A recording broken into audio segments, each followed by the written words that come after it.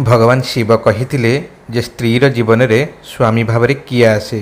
बंधुगण, यह अतीतर एक सुप्राचीन कहानी। हिमालयर गगनचुंबी श्रृंगमाଳାर मझिरे विराजित पवित्र कैलाश पर्वत से दिन एक अलौकिक शांतिर आवरण रे आवृत होइथिला। बरफर धड़ा आच्छादन रे आवृत श्रृंगगुड़िक उदयमान सूर्यंक सुवर्ण किरण रे एपरी दीप्तिमान होई उठिथिला जेपरी स्वर्ग निजर समस्त ऐश्वर्य सह पृथ्वीर बक्षरे अवतीर्ण होइछि। मृदु मंद शीतल पवनर प्रत्येक स्पर्श परिवेश को एक अद्वितीय पवित्रतार परिपूर्ण कर देउथिला। ସେହି दिव्य कैलाश शिखर रे देवादिदेव महादेव शिव गभीर ध्यान रे निमग्न होई विराजमान थिले। तांको पार्श्वरे जगत जननी माता पार्वती अपूर्व शांति और सौम्यतार प्रतिमूर्ति साजी बसिथिले। प्रवेश द्वार रे नंदी अटल प्रहरी परी सजाग भावे अवस्थान करथिले। आउ शिवगण निज निज कर्तव्य पालन रे तन्मय थिले। ठीक सही समय रे पृथ्वी लोकरू एक दिव्य ज्योति कैलाश अभिमुखे धीरे धीरे अग्रसर हेबाकू लागिला। ताहा कौनसी साधारण जीवात्मार प्रभा नथिला, बरं एपरि जणे पतिव्रता नारी पवित्र आत्मा थिला, जीए निज समग्र जीवन को स्वामी सेवा स्नेह और साथी रे समर्पित कर देइथिला। स्वामी देहावसान परे मध्य से सांसारिक मोह माया को परित्याग करी निजर अवशिष्ट जीवन को परमेश्वर भक्ति उपासना और साधना रे निवेदित करिथिला। शेषरे परमात्मा पवित्र नाम स्मरण करू करू से एही नश्वर संसाररू विदाय नैथिले। तांकर पवित्र आत्मा सीधासळख देवादिदेव महादेव चरणारविंद रे उपस्थित हैला। दुई हाथ जोड़ी से भक्तिभरा हृदय रे महादेव को प्रणाम जणाई विनम्र कंठरे कहिले, हे प्रभु, आपनक पवित्र दर्शन लाभ करी मोर जीवन कृतार्थ और धन्य होईगला। दीर्घ वर्ष धरी मो हृदय रे एक जिज्ञासा अव्यक्त होई रहिछि। सही प्रश्नर उत्तर जानिबा पई मो अनेक विद्वान और ज्ञानी जनक शरणापन्न होइथिली, किंतु केही मध्य मो मनर संदेहर अंधकार को दूर करि पारिले नहीं। यदि आपनक असीम कृपा मो उपरे वर्षित हुए तेबे आज दयाकरी मोर ई जिज्ञासार समाधान करी मो अंतर को शांति प्रदान करंतु। भगवान शिव करुणाभरा दृष्टि रे तांको चाहि कहिले, पचार देवी, तुम मन रे जो प्रश्न अछि निर्भय रे पचार। विधवांक आत्मा मुंड नुआई कहिले, प्रभु, जड़े स्त्री जीवन रे स्वामी होई किए आसंती? यह केवल भाग्यर खेल ना यह पछरे कौनसी गभीर रहस्य लुचि रही? भगवान शिवंक ओठरे हालुका हस फुटी उठिला। से किछि क्षण पई आखि बंद कले, परे कहिले, देवी, यही प्रश्नर उत्तर केवल शब्द रे बुझाई हेब नाही। एथिपाई तुमको एक कहानी सुनिबाकू पड़िबो। सही कहानी मध्यरे तुमे निज प्रश्नर उत्तर निजे पाइजिब। एतिकी कही भगवान शिव कहानी आरंभ कले। बहुत समय पूर्वर अवंतीपुर नामक एक समृद्ध नगर थिला। सही नगर वाणिज्य, धर्म एवं संस्कृति पाई दूर दूर पर्यंत प्रसिद्ध थिला। सेठाकार बजार सबुबले लोकमानक भिड़रे परिपूर्ण रहुथिला। सकाळ हेबा मात्रे व्यवसायी माने निज दुकान खोलुथिले। चाषी माने निज उत्पादन नेई आसुथिले। कारीगर माने निज हाथ रे तैयारी करथिबा सामग्री बिक्री करुथिले। समग्र नगर रे सुख और समृद्धिर दृश्य देखिबाकू मिलुथिला। ସେହି ନଗରରେ ଶ୍ୟାମଦତ୍ତ ନାମକ ଜଣେ ବହୁତ ବଡ଼ ସାହୁକାର ରହୁଥିଲେ। ତାଙ୍କ ପାଖରେ ଧନ ସମ୍ପତ୍ତିର କୌଣସି ଅଭାବ ନଥିଲା। ସୁନା ରୂପାରେ ପରିପୂର୍ଣ୍ଣ ତିଜୋରୀ, ବିଶାଳ ବଙ୍ଗଳା, ଅନେକ ଚାକର ବାକର ଏବଂ ଦୂର ଦୂର ପର୍ଯ୍ୟନ୍ତ ବ୍ୟାପିଥିବା ବ୍ୟବସାୟ ଥିଲା। ନଗରରେ ବୋଧହୁଏ ଏପରି କୌଣସି ବ୍ୟକ୍ତି ନଥିଲେ ଯିଏ କେବେ ନା କେବେ ତାଙ୍କଠାରୁ ଋଣ ନେଇନଥିଲେ। କିନ୍ତୁ ଗୋଟିଏ କଥା ଥିଲା ଯାହା ଶ୍ୟାମଦତ୍ତଙ୍କ ସ୍ୱଭାବକୁ ଅନ୍ୟମାନଙ୍କଠାରୁ ସମ୍ପୂର୍ଣ୍ଣ ଅଲଗା କରୁଥିଲା। ସେ ନିଜର ଧନ ଓ ପ୍ରତିଷ୍ଠାକୁ ନେଇ ବହୁତ ଅହଙ୍କାରୀ ଥିଲେ ଏବଂ ସବୁବେଳେ ଏହା ହିଁ ଭାବୁଥିଲେ ଯେ ଏହି ସଂସାରରେ ଧନଠାରୁ ବଡ଼ କିଛି ନାହିଁ। ତାଙ୍କ ପାଇଁ ମଣିଷର ପରିଚୟ ତାଙ୍କ ସଂସ୍କାରରେ ନୁହେଁ, ବରଂ ତାଙ୍କ ସମ୍ପତ୍ତିରେ ହୋଇଥାଏ ବୋଲି ସେ ବିଶ୍ୱାସ କରୁଥିଲେ। ଶ୍ୟାମଦତ୍ତଙ୍କ ପତ୍ନୀଙ୍କର ବହୁ ବର୍ଷ ପୂର୍ବରୁ ହିଁ ଦେହାନ୍ତ ହୋଇଯାଇଥିଲା। ବର୍ତ୍ତମାନ ତାଙ୍କ ଜୀବନର ଏକମାତ୍ର ସାହାରା ଥିଲା ତାଙ୍କ ଏକମାତ୍ର ଝିଅ। ସେହି ଝିଅର ନାମ ଥିଲା ଗୌରୀ। गौरी निज पितांठारू संपूर्ण भिन्न स्वभावर थिले। सी जड़े सरल, दयालु एवं धार्मिक चिंताधारार झील थिले। सी कहार धन को नुहे, बरं तांकर स्वभाव को भल पाउथिले। ପ୍ରତିଦିନ ସକାଳେ ସେ ମନ୍ଦିରକୁ ଯାଇ ଭଗବାନଙ୍କ ପୂଜା କରୁଥିଲେ, ଗରିବମାନଙ୍କୁ ଭୋଜନ କରାଉଥିଲେ ଏବଂ ଘରକୁ ଆସୁଥିବା ପ୍ରତ୍ୟେକ ଅତିଥିଙ୍କୁ ସମ୍ମାନ ଦେଉଥିଲେ।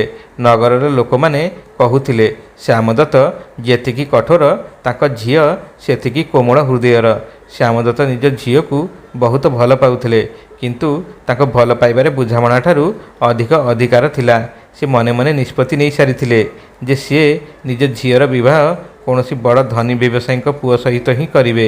ତାଙ୍କୁ ଲାଗୁଥିଲା ଯେ କେବଳ ଧନୀ ପରିବାରରେ ହିଁ ତାଙ୍କ ପ୍ରତିଷ୍ଠା ଅକ୍ଷୁଣ୍ଣ ରହିବ। ଦିନେ ଗୌରୀ ମନ୍ଦିରରୁ ଫେରୁଥିଲେ। ରାସ୍ତାରେ ସେ ଦେଖିଲେ କିଛି ଛୋଟ ଛୋଟ ପିଲା ମାଟିର ଭଙ୍ଗା ହାଣ୍ଡି ଧରି ଖେଳୁଛନ୍ତି। ଠିକ୍ ସେହି ସମୟରେ ଜଣେ ଯୁବକ ସେଠାକୁ ଆସିଲେ। ସେ ହସି ହସି ପିଲାମାନଙ୍କଠାରୁ ସେହି ଭଙ୍ଗା ହାଣ୍ଡିଗୁଡ଼ିକ ନେଇ ବହୁତ ଆଗ୍ରହର ସହିତ ନୂଆ ମାଟି ଚକଟିବାକୁ ଲାଗିଲେ। କିଛି ସମୟ ମଧ୍ୟରେ ସେ ନିଜ ହାତରେ ଏତେ ସୁନ୍ଦର ଖେଳନା ଏବଂ ଛୋଟ ଛୋଟ ହାଣ୍ଡି ତିଆରି କଲେ ଯେ ପିଲାମାନଙ୍କ ମୁହଁ ଖୁସିରେ ଖିଲି ଉଠିଲା। ଗୌରୀ କିଛି କ୍ଷଣ ସେହିଠାରେ ଠିଆ ହୋଇ ତାଙ୍କୁ ଦେଖିବାକୁ ଲାଗିଲେ। ଯୁବକଙ୍କ ପୋଷାକ ସାଧାରଣ ଥିଲା, କିନ୍ତୁ ତାଙ୍କ ମୁହଁରେ ଅପୂର୍ବ ସନ୍ତୋଷର ଝଲକ ଥିଲା। ତାଙ୍କ ଆଖିରେ ବିନମ୍ରତା ଥିଲା ଏବଂ ତାଙ୍କ ବ୍ୟବହାରରେ ଆପଣାପଣ ଭରି ରହିଥିଲା। ପିଲାମାନେ ହସି ହସି କହିଲେ, ଭାଇ, ଆପଣଙ୍କ ହାତରେ ତ ଯାଦୁ ଅଛି। ଯୁବକ ହସି କହିଲେ, ଯାଦୁ ମୋ ହାତରେ ନୁହେଁ, ପରିଶ୍ରମରେ ଅଛି। ଯିଏ ମନ ଲଗାଇ କାମ କରେ, ଭଗବାନ ତାଙ୍କ ହାତରେ ହିଁ କଳା ଓ ଦକ୍ଷତା ଭରି ଦିଅନ୍ତି। ଗୌରୀ ପ୍ରଥମ ଥର ପାଇଁ କାହାରି ଧନକୁ ନୁହେଁ, ବରଂ ତାଙ୍କର ଚିନ୍ତାଧାରାକୁ ଏତେ ସୁନ୍ଦର ବୋଲି ଅନୁଭବ କଲେ। ସେ ପାଖରେ ଠିଆ ହୋଇଥିବା ଜଣେ ବୃଦ୍ଧାଙ୍କୁ ପଚାରିଥିଲେ, ମା, ଏହି ଯୁବକ ଜଣକ କିଏ? ବୃଦ୍ଧା ହସି କହିଲେ, ଝିଅ, ଏହାର ନାମ ମାଧବ। ଏ ପାଖ ଗ୍ରାମର ଜଣେ କୁମ୍ଭାର। ମାଟିର ବାସନ ତିଆରି କରି ନିଜର ଏବଂ ନିଜର ବୃଦ୍ଧ ବାପା ମାଙ୍କର ପାଳନ ପୋଷଣ କରେ। ଗରିବ ନିଶ୍ଚୟ, କିନ୍ତୁ ସଚ୍ଚୋଟତାରେ ଏହାର କୌଣସି ତୁଳନା ନାହିଁ। ଗୌରୀ ଆଉ ଥରେ ମାଧବଙ୍କ ଆଡ଼କୁ ଚାହିଁଲେ। ସେତେବେଳେ ମାଧବ ପୁରା ମନୋଯୋଗର ସହିତ ମାଟିକୁ ଆକାର ଦେବାରେ ବ୍ୟସ୍ତ ଥିଲେ। ତାଙ୍କୁ ଏହା ମଧ୍ୟ ଜଣାନଥିଲା ଯେ କେହି ଜଣେ ଦୂରରେ ଠିଆ ହୋଇ ତାଙ୍କୁ ଦେଖୁଛନ୍ତି। ସେହିଦିନ ଗୌରୀ ନିଜ ଘରକୁ ଫେରି ଆସିଲେ ସତ, କିନ୍ତୁ ବାରମ୍ବାର ତାଙ୍କ ମନରେ ସେହି କୁମ୍ଭାର ଯୁବକଙ୍କ ସରଳ କଥାଗୁଡ଼ିକ ଗୁଞ୍ଜରିତ ହେବାକୁ ଲାଗିଲା। ଯାଦୁ ମୋ ହାତରେ ନୁହେଁ, ପରିଶ୍ରମରେ ଅଛି। ଯିଏ ମନ ଲଗାଇ କାମ କରେ, ଭଗବାନ ତାଙ୍କ ହାତରେ ହିଁ କଳା ଓ ଦକ୍ଷତା ଭରି ଦିଅନ୍ତି। ଏହି ଶବ୍ଦଗୁଡ଼ିକର ପ୍ରତିଧ୍ୱନି ଗୌରୀଙ୍କ ମନରେ ଗୁଞ୍ଜରିତ ହେବାକୁ ଲାଗିଲା। ସେ ଜୀବନରେ ଅନେକ ଧନୀ ଲୋକଙ୍କୁ ଦେଖୁଥିଲେ, କିନ୍ତୁ ଏତେ ବିନମ୍ର ଏବଂ ସନ୍ତୋଷୀ ମଣିଷଙ୍କୁ ସେ ପ୍ରଥମ ଥର ପାଇଁ ଦେଖୁଥିଲେ। ରାତିରେ ମଧ୍ୟ ଯେତେବେଳେ ସେ ଶୋଇବାକୁ ଗଲେ, ସେତେବେଳେ ମଧ୍ୟ ବାରମ୍ବାର ସେହି କୁମ୍ଭାର ଯୁବକଙ୍କ ମୁହଁ ତାଙ୍କ ଆଖି ଆଗରେ ଭାସି ଉଠୁଥିଲା। ପରଦିନ ଗୌରୀ ସବୁଦିନ ପରି ମନ୍ଦିରକୁ ବାହାରିଲେ। ପୂଜା କରିସାରି ଯେତେବେଳେ ସେ ଫେରୁଥିଲେ, ସେତେବେଳେ ପୁଣି ତାଙ୍କ ନଜର ସେହି ସ୍ଥାନ ଉପରେ ପଡ଼ିଲା ଯେଉଁଠାରେ ମାଧବ ନିଜ ଚକରେ ମାଟିର ବାସନ ତିଆରି କରୁଥିଲେ। ଏଥର ସେ ନ ଅଟକି ଆଗକୁ ବଢ଼ିପାରିଲେ ନାହିଁ। ସେ ଧୀରେ ଧୀରେ ମାଧବଙ୍କ ପାଖକୁ ଯାଇ ପହଞ୍ଚିଲେ। ମାଧବ ନିଜ କାମରେ ଏତେ ମଗ୍ନ ଥିଲେ ଯେ ଗୌରୀଙ୍କ ଆସିବା କଥା ସେ ଜାଣି ମଧ୍ୟ ପାରିଲେ ନାହିଁ। କିଛି କ୍ଷଣ ପରେ ସେ ମୁଣ୍ଡ ଉଠାଇ ସାମ୍ନାରେ ଜଣେ ସଂସ୍କାରୀ ଯୁବତୀଙ୍କୁ ଠିଆ ହୋଇଥିବା ଦେଖି ଚମକି ପଡ଼ିଲେ। ସେ ଦୁଇ ହାତ ଯୋଡ଼ି କହିଲେ, ଦେବୀ, ଆପଣଙ୍କୁ କୌଣସି ବାସନ ଦରକାର କି? ଗୌରୀ ହାଲୁକା ହସ ସହ କହିଥିଲେ, ନା, ମୁଁ ତ କେବଳ ଏହା ଦେଖୁଥିଲି ଯେ ସାଧାରଣ ମାଟି ତୁମ ହାତକୁ ଆସି ଏତେ ସୁନ୍ଦର କିପରି ହୋଇଯାଏ। ମାଧବ ହସି କହିଥିଲେ, ମାଟିକୁ ଆକାର ଦେବା ପୂର୍ବରୁ ତାକୁ ଅନେକ ଥର ଚକଟିବାକୁ ପଡ଼େ। ସେ ଯେତେ ଅଧିକ କଷ୍ଟ ସହେ, ସେତେ ଅଧିକ ସୁନ୍ଦର ହୋଇଯାଏ। ବୋଧହୁଏ ମଣିଷର ଜୀବନ ମଧ୍ୟ ଠିକ୍ ସେହିପରି। ଗୌରୀ ତାଙ୍କ କଥା ଶୁଣି ଆଶ୍ଚର୍ଯ୍ୟ ହୋଇଗଲେ। ତାଙ୍କୁ ଲାଗିଲା ଯେପରି ଏକ ଯୁବକ କେବଳ ମାଟିର ବାସନ ତିଆରି କରନ୍ତି ନାହିଁ, ବରଂ ଜୀବନର ପ୍ରକୃତ ଅର୍ଥ ମଧ୍ୟ ବୁଝନ୍ତି। ସେହିଦିନ ଗୌରୀ ତାଙ୍କଠାରୁ ଏକ ଛୋଟ ବାସନ କିଣିଥିଲେ। ସେ ତାହାର ଦାମ ଦେବାକୁ ଲାଗିଲେ, କିନ୍ତୁ ମାଧବ କହିଲେ, ଯେତିକି ଦାମ ଅଛି ସେତିକି ହିଁ ଦିଅନ୍ତୁ। ଆବଶ୍ୟକତାଠାରୁ ଅଧିକ ଧନ ନେଇ ମୋତେ କେବେ ଖୁସି ମିଳିବ ନାହିଁ। ଗୌରୀ ପ୍ରଥମ ଥର ପାଇଁ କୌଣସି ବ୍ୟବସାୟୀଙ୍କ ମୁହଁରୁ ଏପରି କଥା ଶୁଣିଥିଲେ। ସେହିଦିନ ପରଠାରୁ ଗୌରୀ ଯେତେବେଳେ ବି ମନ୍ଦିରକୁ ଯାଉଥିଲେ, ଫେରିବା ସମୟରେ କିଛି ସମୟ ମାଧବଙ୍କ ସହ କଥାବାର୍ତ୍ତା କରୁଥିଲେ। କେବେ ବାସନ ବିଷୟରେ, କେବେ କାମ ବିଷୟରେ, ତ ଆଉ କେବେ ଭଗବାନଙ୍କ ଭକ୍ତି ବିଷୟରେ। ଧୀରେ ଧୀରେ ଉଭୟଙ୍କ ମଧ୍ୟରେ ଏକ ଆପଣାପଣ ଗଢ଼ି ଉଠିଲା। ମାଧବ କେବେ ମଧ୍ୟ ମର୍ଯ୍ୟାଦାର ଉଲ୍ଲଙ୍ଘନ କରିନଥିଲେ। ସେ ସବୁବେଳେ ଗୌରୀଙ୍କୁ ସମ୍ମାନ କରୁଥିଲେ। ତାଙ୍କୁ ଏହା ମଧ୍ୟ ଜଣାଥିଲା ଯେ ଗୌରୀ ନଗରର ସବୁଠାରୁ ବଡ଼ ସାହୁକାରଙ୍କ ଝିଅ ଏବଂ ସେ ନିଜେ ଜଣେ ସାଧାରଣ କୁମ୍ଭାର। ଦିନେ ଗୌରୀ ପଚାରିଲେ, ମାଧବ, ତୁମକୁ କେବେ ଏପରି ଲାଗେ ନାହିଁ କି ତୁମେ ଗରିବ? ମାଧବ ହସି କହିଲେ, ଆଜ୍ଞା, ଗରିବ ହେବା କଥା ଖରାପ ନୁହେଁ, ଖରାପ ସେତେବେଳେ ହୁଏ ଯେତେବେଳେ ମଣିଷ ନିଜର ସଚୋଟତା ହରାଇ ବସେ। ମାଟିର ବାସନ ତିଆରି କରି ଯେତେବେଳେ 2 ବେଳାର ରୁଟି ମିଳିଯାଏ, ସେହିଟା ମୋ ପାଇଁ ସବୁଠାରୁ ବଡ଼ ଧନ। ଗୌରୀ ମନେ ମନେ ଭାବିଲେ, ଯାହାର ଚିନ୍ତାଧାରା ଏତେ ସୁନ୍ଦର, ତାଠାରୁ ବଡ଼ ଧନୀ ଏହି ସଂସାରରେ ଆଉ କିଏ ହୋଇପାରିବ। ସମୟ ବିତି ଚାଲିଲା। ଉଭୟଙ୍କର ସାକ୍ଷାତ ବଢ଼ିବାକୁ ଲାଗିଲା। ନଗରର କିଛି ଲୋକ ମଧ୍ୟ ସେମାନଙ୍କୁ ଅନେକ ଥର ଏକାଠି ଦେଖିଥିଲେ, କିନ୍ତୁ ଉଭୟଙ୍କର ମର୍ଯ୍ୟାଦା ଏପରି ଥିଲା ଯେ କାହାକୁ ମଧ୍ୟ ସେମାନଙ୍କ ଉପରେ ଆଙ୍ଗୁଠି ଉଠାଇବାର ସୁଯୋଗ ମିଳିଲା ନାହିଁ। ଦିନେ ପ୍ରବଳ ବର୍ଷା ଆରମ୍ଭ ହେଲା। ଗୌରୀ ମନ୍ଦିରରୁ ଫେରୁଥିବା ବେଳେ ହଠାତ୍ ତାଙ୍କର ଗୋଡ଼ ଖସିଗଲା। ସେ ପଡ଼ିଯିବାକୁ ଯାଉଥିଲେ। ଠିକ୍ ସେହି ସମୟରେ ମାଧବ ଦୌଡ଼ି ଆସି ତାଙ୍କୁ ସମ୍ଭାଳି ନେଲେ। ଗୌରୀ ନିଜକୁ ସମ୍ଭାଳି ଧୀରେ କହିଲେ, ତୁମେ ଠିକ୍ ସମୟରେ ନ ଆସିଥାନ୍ତ ଯଦି, ତାହେଲେ ମୁଁ ପଡ଼ିଯାଇଥାନ୍ତି। ମାଧବ ବିନମ୍ରତାର ସହିତ କହିଥିଲେ, ସଙ୍କଟ ସମୟରେ ଅନ୍ୟକୁ ସାହାଯ୍ୟ କରିବା ମାନବତାର ଧର୍ମ। ଏଥିରେ ମୋର କୌଣସି ଉପକାର ନାହିଁ। ସେହିଦିନ ପ୍ରଥମ ଥର ପାଇଁ ଉଭୟଙ୍କ ଆଖି କିଛି କ୍ଷଣ ପାଇଁ ପରସ୍ପର ସହ ମିଶିଗଲା। କିଛି ନ କହି ମଧ୍ୟ ଉଭୟଙ୍କ ମନରେ ଏକ ନୂଆ ଭାବନାର ଜନ୍ମ ହୋଇସାରିଥିଲା। ବର୍ତ୍ତମାନ ଗୌରୀ ବୁଝିବାକୁ ଲାଗିଲେ ଯେ ସେ ମାଧବଙ୍କୁ କେବଳ ଜଣେ ଭଲ ମଣିଷ ଭାବରେ ଦେଖୁନାହାନ୍ତି। ତାଙ୍କ ମନରେ ମାଧବଙ୍କ ପ୍ରତି ପ୍ରେମ ଜାଗ୍ରତ ହୋଇସାରିଥିଲା। ଅନ୍ୟପଟେ ମାଧବ ମଧ୍ୟ ନିଜର ମନ କଥା ଲୁଚାଇ ରଖିବାକୁ ଚେଷ୍ଟା କରୁଥିଲେ। ସେ ଜାଣିଥିଲେ ଯେ ସେମାନଙ୍କର ମଧ୍ୟରେ ଧନ ଓ ପ୍ରତିଷ୍ଠାର ଏକ ବହୁତ ବଡ଼ ପ୍ରାଚୀର ଛିଡ଼ା ହୋଇଛି। ସେଥିପାଇଁ ସେ କେବେ ମଧ୍ୟ ନିଜ ପ୍ରେମକୁ ଶବ୍ଦରେ ପ୍ରକାଶ କରିନଥିଲେ। କିଛି ଦିନ ପରେ ଗୌରୀ ନିଜେ କହିଲେ, ମାଧବ, ଯଦି କାହାର ମନ ସତ୍ୟ ହୋଇଥାଏ, ତାହେଲେ ଉଚ୍ଚ ନୀଚ ଆଉ ଧନୀ ଗରିବର ଭେଦ କି ସତରେ କୌଣସି ମହତ୍ତ୍ୱ ରଖେ? ମାଧବ କିଛି କ୍ଷଣ ନୀରବ ରହିଲେ। ତାପରେ କହିଲେ, ଭଗବାନଙ୍କ ଦୃଷ୍ଟିରେ ତ ନାହିଁ, କିନ୍ତୁ ସମାଜର ଦୃଷ୍ଟିରେ ଏହାର ବହୁତ ମହତ୍ତ୍ୱ ଅଛି। ଗୌରୀ ଦୃଢ଼ ସ୍ୱରରେ କହିଲେ, ମୋର ସମାଜ ଅପେକ୍ଷା ଭଗବାନଙ୍କ ଉପରେ ଅଧିକ ବିଶ୍ୱାସ ଅଛି। ମାଧବ କେବଳ ତାଙ୍କ ଆଡ଼କୁ ଚାହିଁ ରହିଗଲେ। ପ୍ରଥମ ଥର ପାଇଁ ତାଙ୍କୁ ଲାଗିଲା ଯେ ବୋଧହୁଏ ଗୌରୀଙ୍କ ମନରେ ମଧ୍ୟ ସେହି ଭାବନା ଅଛି, ଯାହା ତାଙ୍କ ନିଜ ମନରେ ବହୁଦିନ ଧରି ଲୁଚି ରହିଛି। ସେହିଦିନ ଉଭୟ ଶିବ ମନ୍ଦିରକୁ ଯାଇ ଭଗବାନଙ୍କୁ ପ୍ରଣାମ କଲେ। କେହି କାହାକୁ କୌଣସି ବଚନ ଦେଲେ ନାହିଁ, କିନ୍ତୁ ଉଭୟଙ୍କ ମନରେ ଗୋଟିଏ ହିଁ ପ୍ରାର୍ଥନା ଥିଲା, ଯଦି ବିବାହ ହୁଏ ତେବେ ପରସ୍ପର ସହିତ ହିଁ ହେଉ। ସେମାନେ ଜାଣିନଥିଲେ ଯେ ସେମାନଙ୍କର ଏହି ପ୍ରାର୍ଥନା ଶୁଣୁଥିବା ଭଗବାନ ମୃଦୁ ହସୁଥିଲେ, କିନ୍ତୁ ଆଗକୁ ସେ ସେମାନଙ୍କ ଧୈର୍ଯ୍ୟର ଏକ ବହୁତ ବଡ଼ ପରୀକ୍ଷା ନେବାକୁ ଯାଉଥିଲେ। ନଗରର କିଛି ଲୋକଙ୍କ ନଜର ବର୍ତ୍ତମାନ ଏହି 2 ଜଣଙ୍କ ଉପରେ ହିଁ ପଡ଼ିବାକୁ ଲାଗିଥିଲା। କଥା ଧୀରେ ଧୀରେ ବ୍ୟାପି ବଜାର ପର୍ଯ୍ୟନ୍ତ ପହଞ୍ଚିଲା ଏବଂ ଦିନେ କେହି ଏହି ଖବର ଶ୍ୟାମଦତ୍ତଙ୍କ କାନରେ ମଧ୍ୟ ପକାଇଦେଲା। ସେ ବ୍ୟକ୍ତି କହିଲା, ସାହୁକାରେ, ଲୋକମାନେ କହୁଛନ୍ତି ଯେ ଆପଣଙ୍କ ଝିଅର ମନ ଜଣେ କୁମ୍ଭାର ଯୁବକ ଆଡ଼କୁ ଆକର୍ଷିତ ହୋଇଛି। ଏହା ଶୁଣିବା ମାତ୍ରେ ଶ୍ୟାମଦତ୍ତଙ୍କ ମୁହଁ କ୍ରୋଧରେ ଲାଲ ହୋଇଗଲା। ତାଙ୍କ ମୁଠି ଆପେ ଆପେ ଟାଣି ହୋଇଗଲା ଏବଂ ସେ କ୍ରୋଧରେ କହିଲେ, ମୋ ଝିଅ ଆଉ ଜଣେ ସାଧାରଣ କୁମ୍ଭାର? ଏହା କେବେ ବି ହୋଇପାରିବ ନାହିଁ। ଯଦି ଏହି କଥା ସତ ହୋଇଥାଏ, ତେବେ ମୁଁ ଏପରି ପଦକ୍ଷେପ ନେବି ଯେ ସେମାନେ ଜୀବନସାରା ପରସ୍ପରଙ୍କ ମୁଖ ଦର୍ଶନ ପାଇଁ ମଧ୍ୟ ବ୍ୟାକୁଳ ହୋଇ ଉଠିବେ। ସେହି ରାତିରେ ଶ୍ୟାମଦତ୍ତଙ୍କୁ ଟିକିଏ ମଧ୍ୟ ନିଦ ହେଲା ନାହିଁ। ସେ ନିଜ ବଙ୍ଗଳାରେ ଏପଟ ସେପଟ ଚାଲିବାକୁ ଲାଗିଲେ। ତାଙ୍କ ମନରେ ବାରମ୍ବାର ଗୋଟିଏ କଥା ହିଁ ଘୁରି ବୁଲୁଥିଲା, ମୋ ଝିଅ ଜଣେ କୁମ୍ଭାରକୁ ବିବାହ କରିବ। ଏହା କେବେ ବି ହୋଇପାରିବ ନାହିଁ। ସକାଳ ହେବା ମାତ୍ରେ ସେ ନିଜର ସବୁଠାରୁ ବିଶ୍ୱସ୍ତ ସେବକକୁ ଡାକି କହିଲେ, ଯାଅ, ଖୋଜି ବାହାର କର ସେହି କୁମ୍ଭାର କିଏ, କେଉଁଠି ରହେ ଏବଂ ମୋ ଝିଅ ସହିତ ତା'ର କେବେ କେବେ ସାକ୍ଷାତ ହୁଏ। ମୁଁ ତା ବିଷୟରେ ସବୁକିଛି ଜାଣିବାକୁ ଚାହେଁ। ସେବକ ସଙ୍ଗେ ସଙ୍ଗେ ବାହାରିଗଲା। 2 ଦିନ ପରେ ସେ ଫେରିଆସି କହିଲା, ସାହୁକାରେ, ତା'ର ନାମ ମାଧବ। ସେ ନିଜର ବୃଦ୍ଧ ବାପା ମାଆଙ୍କ ସହିତ ରହେ। ସେ ବହୁତ ପରିଶ୍ରମୀ ଏବଂ ସଚ୍ଚୋଟ ଯୁବକ। ସମଗ୍ର ନଗରରେ ତା'ର ଭଲ ପ୍ରତିଷ୍ଠା ଅଛି। ଶ୍ୟାମଦତ୍ତ କ୍ରୋଧରେ କହିଲେ, ମୋତେ ତା'ର ଭଲ ଗୁଣ ଶୁଣିବାର ଆବଶ୍ୟକତା ନାହିଁ। ମୋତେ କୁହ, ତାକୁ ମୋ ଝିଅଠାରୁ କିପରି ଦୂର କରାଯିବ? ସେବକ ଚୁପ୍ ହୋଇଗଲା। କିଛି ସମୟ ଚିନ୍ତା କରିବା ପରେ ଶ୍ୟାମଦତ୍ତ ଗୋଟିଏ ଚାଲ ଚଳାଇଲେ। ସେ ନିଜର ଜଣେ ଲୋକଙ୍କୁ ଡାକି କହିଲେ, ତୁମେ ମାଧବ ପାଖକୁ ଯାଅ। ତାକୁ କହିବ ଯେ ଗୌରୀ ତା ପାଇଁ ଏହି ଖବର ପଠାଇଛି ଯେ ସେ ଆଉ କେବେ ତା ସହିତ ଦେଖା କରିବାକୁ ଚାହୁଁନାହିଁ। ଏହା ମଧ୍ୟ କହିବ ଯେ ତାଙ୍କ ବାପା ତାଙ୍କ ବିବାହ ଜଣେ ବଡ଼ ଧନୀ ପରିବାରରେ ଠିକ୍ କରିଯାଇଛନ୍ତି। ଆଉ ଜଣେ ଲୋକକୁ ସେ କହିଲେ, ତୁମେ ଗୌରୀ ପାଖକୁ ଯାଅ। ତାକୁ କହିବ ଯେ ମାଧବ ଧନର ଲୋଭରେ ଜଣେ ଧନୀ ବ୍ୟବସାୟୀଙ୍କ ଝିଅକୁ ବିବାହ କରିବାକୁ ନିଷ୍ପତ୍ତି ନେଇଛି। ବର୍ତ୍ତମାନ ସେ ତା ସହିତ କୌଣସି ସମ୍ପର୍କ ରଖିବାକୁ ଚାହୁଁନାହିଁ। ଉଭୟ ଲୋକ ସଙ୍ଗେ ସଙ୍ଗେ ନିଜ ନିଜ କାମରେ ବାହାରିଗଲେ। ଯେତେବେଳେ ମାଧବ ସେହି ମିଛ ଖବର ଶୁଣିଲେ, ତାଙ୍କ ମୁହଁ ମଳିନ ପଡ଼ିଗଲା।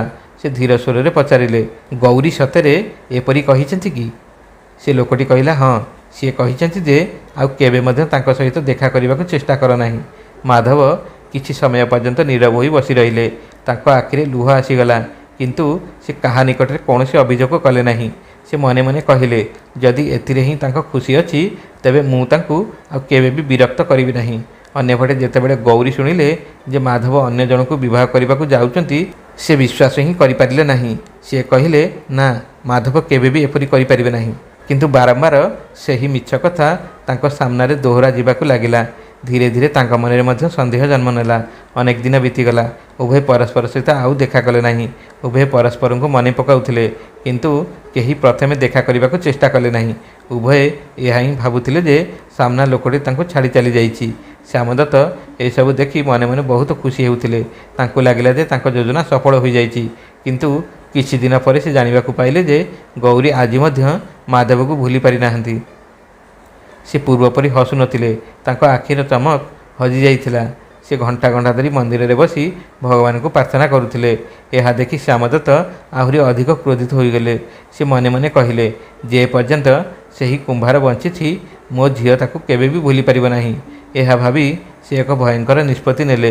ଦିନେ ରାତିରେ ସେ ନଗର ବାହାରେ ରହୁଥିବା କିଛି ଦୁଷ୍ଟ ଲୋକଙ୍କୁ ନିଜ ବଙ୍ଗଳାକୁ ଡାକିଲେ। ସମସ୍ତେ ତାଙ୍କ ସାମ୍ନାରେ ପହଞ୍ଚିବା ପରେ ଶ୍ୟାମଦତ୍ତ ସେମାନଙ୍କ ସାମ୍ନାରେ ସୁନା ମୁଦ୍ରାରେ ଭର୍ତ୍ତି ଏକ ଭାରି ଥଳି ରଖିଦେଲେ। ସେମାନଙ୍କ ମଧ୍ୟରୁ ଜଣେ ପଚାରିଲା, ସାହୁକାରେ, ଆମକୁ କ'ଣ କରିବାକୁ ହେବ? ଶ୍ୟାମଦତ୍ତ ଧୀର କିନ୍ତୁ କଠୋର ସ୍ୱରରେ କହିଲେ, ଆସନ୍ତାକାଲି ରାତିରେ ଯେତେବେଳେ ମାଧବ ନଦୀ କୂଳକୁ ମାଟି ଆଣିବାକୁ ଯିବ, ସେତେବେଳେ ତା'ର କାମ ସବୁଦିନ ପାଇଁ ଶେଷ କରିଦେବ। ସେମାନେ କୌଣସି ପ୍ରଶ୍ନ ନ କରି ସୁନାର ଥଳି ଉଠାଇ ନେଲେ। ପରଦିନ ସବୁକିଛି ପୂର୍ବପରି ସାଧାରଣ ଥିଲା। ମାଧବ ନିଜ କାମରେ ବ୍ୟସ୍ତ ରହିଲେ। ତାଙ୍କୁ ଟିକିଏ ମଧ୍ୟ ଆଭାସ ନଥିଲା ଯେ ମୃତ୍ୟୁ ତାଙ୍କ ଅପେକ୍ଷାରେ ରହିଛି। ରାତି ହେବା ପରେ ସେ ନିଜ ବଳଦ ଗାଡ଼ି ନେଇ ନଦୀ କୂଳରେ ପହଞ୍ଚିଲେ। ସେ ମାଟି ଖୋଳୁଥିବା ବେଳେ ହଠାତ୍ ଚାରିଆଡ଼ୁ କିଛି ଲୋକ ଆସି ତାଙ୍କୁ ଘେରିଗଲେ। ମାଧବ ଭୟଭୀତ ହୋଇ ପଚାରିଲେ, ତୁମେମାନେ କିଏ? କିନ୍ତୁ କେହି ମଧ୍ୟ କୌଣସି ଉତ୍ତର ଦେଲେ ନାହିଁ। ଜଣେ ଲୋକ ଲାଠିରେ ତାଙ୍କ ଉପରେ ପ୍ରହାର କଲା।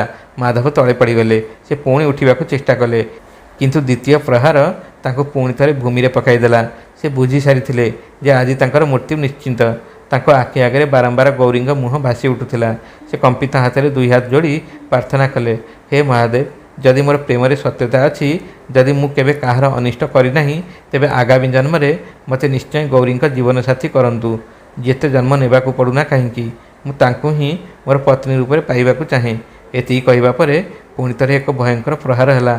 ମାଧବ ନିଷ୍ପ୍ରାଣ ହୋଇ ଧରିତ୍ରୀ ଉପରେ ପଡ଼ିଗଲେ। କିଛି କ୍ଷଣ ମଧ୍ୟରେ ତାଙ୍କ ପ୍ରାଣ ବାହାରିଗଲା। ସେହି ଦୁଷ୍ଟ ଲୋକମାନେ ଅନ୍ଧାରରେ ସୁଯୋଗ ନେଇ ସେଠାରୁ ପଳାଇଗଲେ। ସକାଳେ ଯେତେବେଳେ ନଗରବାସୀମାନେ ଏହି ଖବର ପାଇଲେ, ସମଗ୍ର ନଗରରେ ଶୋକର ଛାୟା ଖେଳିଗଲା। ସମସ୍ତେ ଗୋଟିଏ କଥା ହିଁ କହୁଥିଲେ, ଏତେ ସରଳ ଏବଂ ସଚ୍ଚୋଟ ଯୁବକଙ୍କର କାହା ସହିତ ଶତ୍ରୁତା ଥାଇପାରେ? ଅନ୍ୟପଟେ ଗୌରୀ ମଧ୍ୟ ମାଧବଙ୍କ ମୃତ୍ୟୁର ଖବର ପାଇଲେ। ଏହା ଶୁଣିବା ମାତ୍ରେ ତାଙ୍କ ହାତରୁ ପୂଜା ଥାଳି ଖସି ପଡ଼ିଲା। ତାଙ୍କ ଆଖି ଆଗରେ ଅନ୍ଧାର ଛାଇଗଲା। ସେ ସେହିଠାରେ ଭୂମି ଉପରେ ବସି ପଡ଼ିଲେ। ସେହି ମୁହୂର୍ତ୍ତରେ ତାଙ୍କ ମନ ସେହି ମିଛ କଥାକୁ ବିଶ୍ୱାସ କରିବା ବନ୍ଦ କରିଦେଲା। ସେ କାନ୍ଦି କାନ୍ଦି ବାରମ୍ବାର କେବଳ ଗୋଟିଏ କଥା କହୁଥିଲେ, ନା, ମାଧବ ମୋତେ ଛାଡ଼ି ଯାଇପାରିବେ ନାହିଁ। ଏହା ପଛରେ ନିଶ୍ଚୟ କୌଣସି ବଡ଼ ରହସ୍ୟ ଲୁଚି ରହିଛି। ଗୌରୀଙ୍କ ଆଖିରେ ଲୁହ ବନ୍ଦ ହେବାର ନାମ ନେଉନଥିଲା। ଯେଉଁ ଯୁବକକୁ ସେ ନିଜ ମନରେ ନିଜର ଜୀବନସାଥୀ ଭାବରେ ଗ୍ରହଣ କରିସାରିଥିଲେ, ସିଏ ବର୍ତ୍ତମାନ ଏହି ସଂସାରରେ ଆଉ ନଥିଲେ। ସମଗ୍ର ନଗରରେ ଶୋକର ପରିବେଶ ଥିଲା, କିନ୍ତୁ ଗୌରୀଙ୍କ ହୃଦୟରେ ତ ଯେପରି ସବୁକିଛି ସମାପ୍ତ ହୋଇଯାଇଥିଲା। ପରଦିନ ସେ ଏକାକୀ ମାଧବଙ୍କ ଘରକୁ ପହଞ୍ଚିଲେ। ମାଧବଙ୍କ ବୃଦ୍ଧ ବାପା ଓ ମା ନିଜ ପୁଅର ଶବ ପାଖରେ ବସି ବିଳାପ କରୁଥିଲେ। ଗୌରୀଙ୍କୁ ଦେଖିବା ମାତ୍ରେ ସେମାନଙ୍କ ଆଖିରୁ ଆହୁରି ବେଶୀ ଲୁହ ଝରିବାକୁ ଲାଗିଲା। ମାଧବଙ୍କ ମା କାନ୍ଦି କାନ୍ଦି କହିଲେ, ଝିଅ, ଆମର ମାଧବ କେବେ କାହାର ଅନିଷ୍ଟ ଚାହୁଁନଥିଲା, ତଥାପି ଭଗବାନ ତାକୁ ଆମଠାରୁ ଛଡ଼ାଇ ନେଲେ। ଗୌରୀ ତାଙ୍କ ଚରଣ ପାଖରେ ବସି ପଡ଼ିଲେ। ସେମାନଙ୍କୁ ସାନ୍ତ୍ୱନା ଦେବା ପାଇଁ ତାଙ୍କ ପାଖରେ କୌଣସି ଶବ୍ଦ ନଥିଲା। ଠିକ୍ ସେହି ସମୟରେ ତାଙ୍କ ନଜର ମାଧବଙ୍କ ସାମଗ୍ରୀ ଉପରେ ପଡ଼ିଲା। ସେଠାରେ ମାଟିର କିଛି ଅଧା ତିଆରି ଦୀପ ରଖାଯାଇଥିଲା, ଯାହାକୁ ସେ ନିଜ ମୂର୍ତ୍ତି ପୂର୍ବରୁ ତିଆରି କରୁଥିଲେ। ଗୌରୀ ସେହି ଦୀପଗୁଡ଼ିକ ନିଜ ହାତରେ ଉଠାଇ ନେଲେ। ତାଙ୍କ ଆଖିର ଲୁହ ସେହି ଦୀପଗୁଡ଼ିକ ଉପରେ ଝରି ପଡ଼ିଲା। ସେ ମନେ ମନେ କହିଲେ, ମାଧବ, ତୁମେ ତ କହିଥିଲ ଯେ ପରିଶ୍ରମ କରୁଥିବା ଲୋକଙ୍କ ସାଥୀ କେବେ ଭଗବାନ ଛାଡ଼ନ୍ତି ନାହିଁ। ତାହେଲେ ତୁମ ସହିତ ଏପରି କାହିଁକି ହେଲା? କିଛି ଦିନ ବିତିଗଲା। ଗୌରୀ ଆଉ ପୂର୍ବପରି ରହିଲେ ନାହିଁ। ସେ ଘରୁ ବାହାରକୁ ବାହାରିବା ପ୍ରାୟ ବନ୍ଦ କରିଦେଲେ। ସେ କାହା ସହିତ କଥା ହେଉନଥିଲେ ଏବଂ କୌଣସି କାମରେ ତାଙ୍କ ମନ ଲାଗୁନଥିଲା। ଶ୍ୟାମଦତ୍ତ ଏସବୁ ଦେଖୁଥିଲେ, କିନ୍ତୁ ତାଙ୍କ ମନରେ ଟିକିଏ ହେଲେ ମଧ୍ୟ ଅନୁତାପ ନଥିଲା। ତାଙ୍କୁ ଲାଗୁଥିଲା ଯେ ସମୟ ସହିତ ତାଙ୍କ ଝିଅ ସବୁକିଛି ଭୁଲିଯିବ। ଦିନେ ରାତିରେ ଶ୍ୟାମଦତ୍ତ ନିଜ କକ୍ଷରେ ବସିଥିଲେ। ସେହି ସମୟରେ ତାଙ୍କର ସେହି ବିଶ୍ୱସ୍ତ ସେବକ ଭୟଭୀତ ଅବସ୍ଥାରେ ଦୌଡ଼ି ଆସିଲା। ସେ କମ୍ପିତ ସ୍ୱରରେ କହିଲା, ସାହୁକାରେ, ମୁଁ ଆପଣଙ୍କୁ ଗୋଟେ କଥା କହିବାକୁ ଚାହୁଁଛି। ଶ୍ୟାମଦତ୍ତ ପଚାରିଲେ, କ'ଣ କଥା? ସେବକ କହିଲା, ଯେଉଁଦିନ ଆପଣ ମାଧବକୁ ହତ୍ୟା କରାଇଥିଲେ ସେହି ରାତିରେ କିଛି ଲୋକ ସେହି ଦୁଷ୍ଟ ଲୋକମାନଙ୍କୁ ଚିହ୍ନି ନେଇଥିଲେ। ନଗରରେ ଧୀରେ ଧୀରେ ଏହି କଥା ବ୍ୟାପିବାକୁ ଲାଗିଛି। ଏହା ଶୁଣିବା ମାତ୍ରେ ଶ୍ୟାମଦତ୍ତଙ୍କ ମୁହଁ ଫିକା ପଡ଼ିଗଲା। କିନ୍ତୁ ସେ ସଙ୍ଗେ ସଙ୍ଗେ ନିଜକୁ ସମ୍ଭାଳି କହିଲେ, ମୋ ବିରୁଦ୍ଧରେ କହିବାକୁ କାହାର ସାହସ ନାହିଁ। ଧନ ଆଗରେ ସମସ୍ତଙ୍କ ଜୀବ ବନ୍ଦ ହୋଇଯାଏ। ସେବକ ଚୁପଚାପ ସେଠାରୁ ଚାଲିଗଲା। କିଛି ଦିନ ପରେ ଗୌରୀ ମନ୍ଦିରକୁ ଯାଇଥିଲେ। ସେଠାରେ ସେ ସେହି ଲୋକଟିକୁ ଦେଖିଲେ ଯାହାକୁ ତାଙ୍କ ପିତା ମାଧବଙ୍କ ପାଖକୁ ମିଛ ଖବର ନେଇ ପଠାଇଥିଲେ। ସେ ଅନ୍ୟ ଜଣେ ବ୍ୟକ୍ତି ସହ କଥା ହେଉଥିଲା। ଗୌରୀ ଅଜାଣତରେ ସେମାନଙ୍କ କଥା ଶୁଣିବାକୁ ଲାଗିଲେ। ସେହି ଲୋକଟି କହୁଥିଲା, ସାହୁକାରେ ଯାହା କହିଥିଲେ ମୁଁ ଠିକ୍ ସେହିପରି କରିଥିଲି। ମୁଁ ମାଧବଙ୍କୁ ମିଛ କହିଥିଲି ଯେ ଗୌରୀ ଆଉ ତାଙ୍କ ସହ ଦେଖା କରିବାକୁ ଚାହୁଁନାହାନ୍ତି। ତାପରେ ଆଉ ଜଣେ ଗୌରୀଙ୍କ ପାଖକୁ ଯାଇ ମିଛ କହିଥିଲେ ଯେ ମାଧବ ଅନ୍ୟ ଜଣଙ୍କୁ ବିବାହ କରିବାକୁ ଯାଉଛନ୍ତି। ଦ୍ୱିତୀୟ ଲୋକଟି ହସି ହସି କହିଲା, ଯଦି ଆମେ ଏପରି କରିନଥାନ୍ତୁ ତେବେ ସେମାନେ କେବେ ବି ଅଲଗା ହୋଇନଥାନ୍ତେ। ଗୌରୀଙ୍କ ପାଦ ତଳୁ ମାଟି ଖସିଗଲା। ତାଙ୍କ ସମଗ୍ର ଶରୀର ଥରିବାକୁ ଲାଗିଲା। ବର୍ତ୍ତମାନ ତାଙ୍କୁ ସବୁକିଛି ବୁଝା ପଡ଼ିଗଲା। ସେ ଦୌଡ଼ି ଦୌଡ଼ି ଘରକୁ ପହଞ୍ଚିଲେ। ଶ୍ୟାମଦତ୍ତ ନିଜ କକ୍ଷରେ ବସିଥିଲେ। ଗୌରୀ ଭିତରକୁ ପଶିବା ମାତ୍ରେ ଉଚ୍ଚ ସ୍ୱରରେ ପଚାରିଥିଲେ, ବାପା, ମୁଁ ଆପଣଙ୍କୁ ଗୋଟେ କଥା ପଚାରି ପାରିବି କି? ଶ୍ୟାମଦତ୍ତ ସ୍ୱାଭାବିକ ହେବାର ଚେଷ୍ଟା କରି କହିଥିଲେ, ପଚାର ଝିଅ। ଗୌରୀଙ୍କ ଆଖିରେ ଲୁହ ଭରି ରହିଥିଲା। ସେ ପଚାରିଲେ, ମାଧବଙ୍କୁ ମୋ ବିଷୟରେ ମିଛ କୁହାଯାଇଥିଲା କି? ଶ୍ୟାମଦତ୍ତ କିଛି କ୍ଷଣ ନୀରବ ରହିଲେ। ତାପରେ କହିଲେ, ହଁ, କାରଣ ସେଇଟା ତୋର ଭଲ ପାଇଁ ଥିଲା। ଗୌରୀ ପୁଣି ପଚାରିଲେ, ଏବଂ ମୋତେ ମଧ୍ୟ ମିଛ କୁହାଯାଇଥିଲା କି? ଶ୍ୟାମଦତ୍ତ ନିଜ ମୁଣ୍ଡ ନୁଆଇଁ ଦେଲେ। ବର୍ତ୍ତମାନ ଗୌରୀଙ୍କ ସ୍ୱର ଆହୁରି ଭାରି ହୋଇଯାଇଥିଲା। ସେ କହିଲେ, ମୋର ଶେଷ ପ୍ରଶ୍ନର ଉତ୍ତର ଦିଅନ୍ତୁ। ମାଧବଙ୍କ ହତ୍ୟା ମଧ୍ୟ କ'ଣ ଆପଣଙ୍କ କହିବାରେ ହୋଇଥିଲା? କିଛି କ୍ଷଣ ପର୍ଯ୍ୟନ୍ତ ସମଗ୍ର କକ୍ଷରେ ନୀରବତା ଛାଇ ରହିଲା। ତାପରେ ଶ୍ୟାମଦତ୍ତ କହିଥିଲେ, ହଁ, ସିଏ ଯଦି ବଞ୍ଚି ରହିଥାନ୍ତା ତେବେ ତୋ ଜୀବନ ନଷ୍ଟ ହୋଇଯାଇଥାନ୍ତା। ମୁଁ ଯାହା କରିଛି ତୋର ଭଲ ପାଇଁ କରିଛି। ଏହା ଶୁଣିବା ମାତ୍ରେ ଗୌରୀଙ୍କ ଆଖିରେ ଲୁହ ନୁହେଁ, ଯେପରି ଅଙ୍ଗାର ଝରିବାକୁ ଲାଗିଲା। ସେ ଯନ୍ତ୍ରଣା ଭରା ସ୍ୱରରେ କହିଲେ, ଯାହାକୁ ଆପଣ ମୋର ଭଲ ବୋଲି କହୁଛନ୍ତି ତାହା ମୋର ସମ୍ପୂର୍ଣ୍ଣ ଜୀବନକୁ ଧ୍ୱଂସ କରିଯାଇଛି। ଆପଣ ଜଣେ ନିର୍ଦ୍ଦୋଷ ମଣିଷଙ୍କ ହତ୍ୟା କରାଇଛନ୍ତି। ଆପଣ ଦୁଇଟି ପବିତ୍ର ହୃଦୟର ମିଳନକୁ ବିଚ୍ଛିନ୍ନ କରିଦେଇଛନ୍ତି। ଆପଣ କେବଳ ମାଧବକୁ ହତ୍ୟା କରିନାହାନ୍ତି, ମୋର ଆତ୍ମାକୁ ମଧ୍ୟ ହତ୍ୟା କରିଦେଇଛନ୍ତି। ଶ୍ୟାମଦତ୍ତ ତାଙ୍କୁ ବୁଝାଇବାକୁ ଚେଷ୍ଟା କରି କହିଲେ, ଝିଅ, ସମୟ ସବୁକିଛି ଠିକ୍ କରିଦେବ। ମୁଁ ତୋର ବିବାହ କୌଣସି ବଡ଼ ଘରେ କରିଦେବି। ଗୌରୀ ଦୃଢ଼ ସ୍ୱରରେ କହିଲେ, ଯେଉଁ ପିତା ନିଜ ଅହଙ୍କାର ପାଇଁ ଜଣେ ନିର୍ଦ୍ଦୋଷ ମଣିଷଙ୍କ ପ୍ରାଣ ନେଇପାରନ୍ତି ସେହି ଘରେ ବର୍ତ୍ତମାନ ମୋର ଆଉ କୌଣସି ସ୍ଥାନ ନାହିଁ। ଏତିକି କହି ସେ ନିଜର ସମସ୍ତ ଗହଣା ଖୋଲି ସେଇଠାରେ ରଖିଦେଲେ। ନିଜର ରେଶମୀ ବସ୍ତ୍ର ବଦଳାଇ ଦେଲେ ଏବଂ କେବଳ ଏକ ସାଧାରଣ ଧଳା ବସ୍ତ୍ର ପରିଧାନ କରି ବଙ୍ଗଳାରୁ ବାହାରିଗଲେ। ଶ୍ୟାମଦତ୍ତ ତାଙ୍କୁ ଅଟକାଇବାକୁ ଚେଷ୍ଟା କରି ବାରମ୍ବାର କହୁଥିଲେ, ଗୌରୀ, ଅଟକି ଯା ମା, ମୁଁ ତୋର ପିତା। କିନ୍ତୁ ଗୌରୀ ଥରେ ହେଲେ ମଧ୍ୟ ପଛକୁ ଫେରି ଚାହିଁଲେ ନାହିଁ।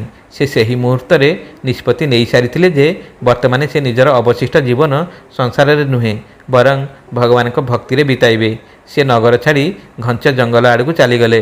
ସେଠାରେ ଏକ ଛୋଟ ଆଶ୍ରମରେ ରହୁଥିବା ଜଣେ ବୃଦ୍ଧ ସନ୍ଥ ତାଙ୍କୁ ଆଶ୍ରୟ ଦେଲେ। ଗୌରୀ ସନ୍ନ୍ୟାସର ପଥ ଆପଣାଇଲେ।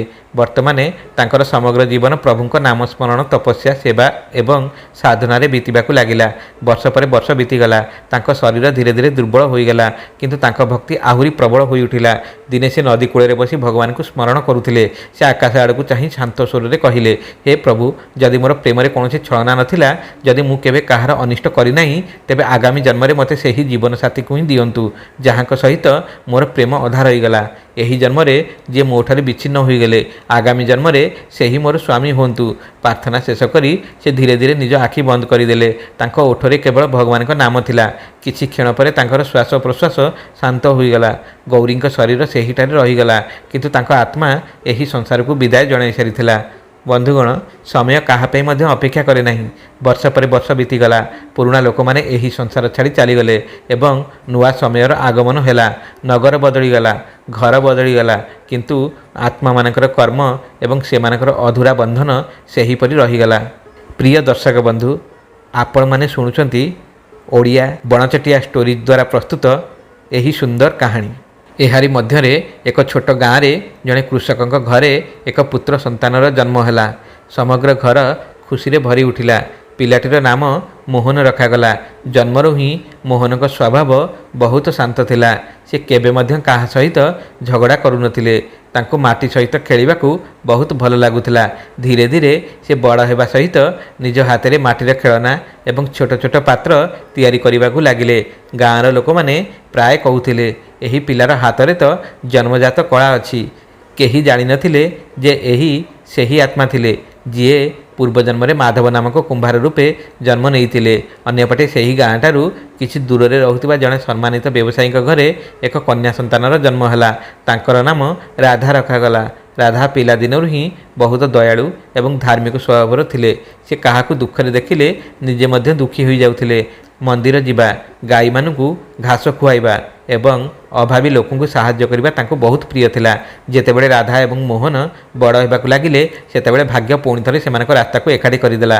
ଦିନେ ଗାଁର ଭଗବାନ ଶିବଙ୍କ ମନ୍ଦିରରେ ଏକ ବିରାଟ ମେଳା ଲାଗିଥିଲା। ଦୂର ଦୂରାନ୍ତରରୁ ଲୋକମାନେ ଦର୍ଶନ ପାଇଁ ଆସିଥିଲେ। ରାଧା ମଧ୍ୟ ନିଜ ବାପା ମାଆଙ୍କ ସହିତ ମନ୍ଦିରକୁ ଆସିଥିଲେ। ଅନ୍ୟପଟେ ମୋହନ ନିଜ ହାତରେ ତିଆରି କରିଥିବା ମାଟିର ଦୀପ ଏବଂ ଘଡ଼ା ବିକ୍ରି କରିବା ପାଇଁ ସେଠାକୁ ଆସିଥିଲେ। ପୂଜା ଶେଷ ହେବା ପରେ ରାଧାଙ୍କ ନଜର ସେହି ସୁନ୍ଦର ଦୀପଗୁଡ଼ିକ ଉପରେ ପଡ଼ିଲା। ସେ ସେଗୁଡ଼ିକୁ ଦେଖିବାକୁ ଲାଗିଲେ। ମୋହନ ବିନମ୍ରତାର ସହିତ କହିଲେ, ଯଦି ଆପଣଙ୍କୁ ଭଲ ଲାଗୁଛି ତେବେ ନେଇଯାଆନ୍ତୁ। ରାଧା ତାଙ୍କ ଆଡ଼କୁ ଚାହିଁଲେ। ଉଭୟଙ୍କ ଆଖି ପରସ୍ପର ସହିତ ମିଶିଗଲା। କାହିଁକି କେଜାଣି ଦୁହେଁ କିଛି କ୍ଷଣ ପର୍ଯ୍ୟନ୍ତ ପରସ୍ପରକୁ ଚାହିଁ ରହିଲେ। ଏପରି ଲାଗୁଥିଲା ଯେପରି ସେମାନଙ୍କର ଏହା ପ୍ରଥମ ସାକ୍ଷାତ ନୁହେଁ। ସେମାନଙ୍କ ମନରେ ଏକ ଅଜଣା ଆତ୍ମୀୟତାର ଭାବ ଜାଗ୍ରତ ହୋଇଉଠିଲା। ରାଧା ଏକ ଦୀପକୁ ନିଜ ହାତରେ ଧରି ପଚାରିଲେ, ତୁମେ ଏତେ ସୁନ୍ଦର ଦୀପ କିପରି ତିଆରି କରିପାରୁଛ? ମୋହନ ହସି କହିଲେ, ଯେତେବେଳେ ମନ ଶାନ୍ତ ରହେ ସେତେବେଳେ ମାଟି ନିଜର ସବୁଠାରୁ ସୁନ୍ଦର ରୂପ ଦେଖାଇଥାଏ। ଏହି କଥା ଶୁଣିବା ମାତ୍ରେ ରାଧାଙ୍କ ମନରେ ଏକ ଅଜଣା ଆନ୍ଦୋଳନ ସୃଷ୍ଟି ହେଲା। ତାଙ୍କୁ ଲାଗିଲା ଯେପରି ସେ ଏହି କଥା କେଉଁଠି ଆଗରୁ ଶୁଣିଛନ୍ତି। ସେ କିଛି ସମୟ ପର୍ଯ୍ୟନ୍ତ ଭାବୁଥିଲେ, କିନ୍ତୁ ତାଙ୍କୁ କିଛି ମନେ ପଡ଼ିଲା ନାହିଁ। ସେ କିଛି ଦୀପ କିଣି ନିଜ ଘରକୁ ଫେରିଗଲେ। ସେହି ଦିନଠାରୁ ଦୁଇ ଜଣଙ୍କର ସାକ୍ଷାତ ଧୀରେ ଧୀରେ ବଢ଼ିବାକୁ ଲାଗିଲା। କେବେ ମନ୍ଦିରରେ, କେବେ ନଦୀ କୂଳରେ ଏବଂ କେବେ ଗାଁର ମେଳାରେ ଦୁଇ ଜଣଙ୍କ ଦେଖା ହେଉଥିଲା। ଦୁଇ ଜଣଙ୍କ ମନରେ ପରସ୍ପର ପ୍ରତି ଗଭୀର ସମ୍ମାନ ଥିଲା। ମାତ୍ର କିଛି ମାସ ମଧ୍ୟରେ ସେହି ସମ୍ମାନ ପ୍ରେମରେ ପରିଣତ ହୋଇଗଲା। ଏଥର ସେମାନଙ୍କ ପ୍ରେମରେ କୌଣସି ଛଳନା ନଥିଲା, କୌଣସି ସ୍ୱାର୍ଥ ମଧ୍ୟ ନଥିଲା। ଦିନେ ମୋହନ ସାହସ କରି ନିଜ ବାପା ମାଆଙ୍କୁ କହିଲେ, ମୋତେ ରାଧା ଭଲ ଲାଗନ୍ତି। ଯଦି ଆପଣମାନେ ଉଚିତ ମନେ କରନ୍ତି ତେବେ ତାଙ୍କ ଘରକୁ ବିବାହ ପ୍ରସ୍ତାବ ପଠାନ୍ତୁ। ମୋହନଙ୍କ ବାପା ମା ବହୁତ ସରଳ ସ୍ୱଭାବର ଥିଲେ। ସେମାନେ କହିଲେ, ଯଦି ଝିଅ ଏବଂ ତାଙ୍କ ବାପା ମା ମଧ୍ୟ ରାଜି ଥିବେ ତେବେ ଆମର କୌଣସି ଆପତ୍ତି ନାହିଁ। ଅନ୍ୟପଟେ ରାଧା ମଧ୍ୟ ନିଜ ମାଆଙ୍କୁ ନିଜର ମନ କଥା କହିଦେଲେ। ତାଙ୍କ ମା ହସି କହିଲେ, ଝିଅ, ଆମେ ମଧ୍ୟ ସେହି ପୁଅକୁ ଦେଖିଛୁ। ସେ ସଂସ୍କାରୀ ଏବଂ ପରିଶ୍ରମୀ। ଆମେ ଏହି ପବିତ୍ର ସମ୍ପର୍କକୁ ହୃଦୟର ସହ ସ୍ୱୀକୃତି ପ୍ରଦାନ କରୁଛୁ। କିଛି ଦିନ ପରେ ଦୁଇ ପରିବାରର ସାକ୍ଷାତ ହେଲା।